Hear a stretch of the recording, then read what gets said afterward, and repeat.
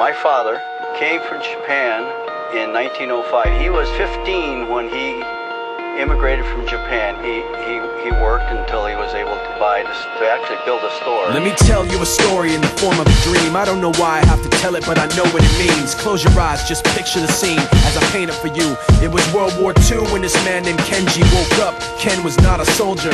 He was just a man with a family who owned a store in LA. That day, he crawled out of bed like he always did, bacon and eggs with wife and kids. He lived on the second floor of a little store he ran. He moved to LA from Japan, they called him immigrant. In Japanese, he'd say he was called Issei. That meant first generation in the United States, when everybody was afraid of the Germans, afraid of the Japs, but most of all afraid of a homeland attack. And that morning, when Ken went out on the doormat, his world went black, cause right there, front page news, 3 weeks before 1942, Pearl Harbor's been bombed and the Japs are coming. Pictures of soldiers dying and running.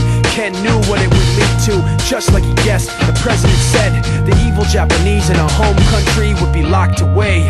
They gave Ken a couple of days to get his whole life packed in 2 bags. Just 2 bags, couldn't even pack his clothes. Some folks didn't even have a suitcase to pack anything in, so 2 trash bags is all he gave them. And when the kids asked Mom, where are we going, nobody even knew what to say to them. Ken didn't want to lie, he said the US is looking for spies, so we have to live in a place called Manzanar, where a lot of Japanese people are. Stop it, don't look at the... You don't wanna get the soldiers wondering if you're gonna run or not, cause if you run then you might get shot. Other than that, try not to think about it. Try not to worry about it being so crowded, cause someday we'll get out. Someday. But now they're in a town with soldiers surrounding them. Every day, every night, look down at them. From watchtowers up on the wall, Ken couldn't really hate them at all. They were just doing the job, and he wasn't gonna make any problems. He had a little garden, vegetables and fruits that he gave to the troops in a basket his wife made. But in the back of his mind, he wanted his family's life saved. Prisoners of war in their own damn country, what for? And time passed in the prison town. He wondered if he'd live it down if and when they were free. The only way out was joining the army, and supposedly some men went out for the army, signed on, and ended up flying to Japan with a bomb. That 15-kiloton blast put an end to the war pretty fast. 2 cities were blown to bits.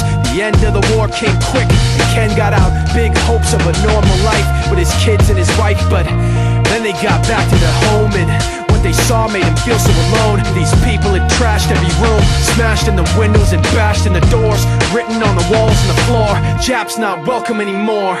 And Kenji dropped both of his bags at his sides and just stood outside. He looked at his wife without words to say. She looked back at him, wiping tears away, and said, "Someday we'll be okay, someday." Now the names have been changed, but the story's true. My family was locked up back in 42. My family was there where it was dark and damp, and they called it an internment camp.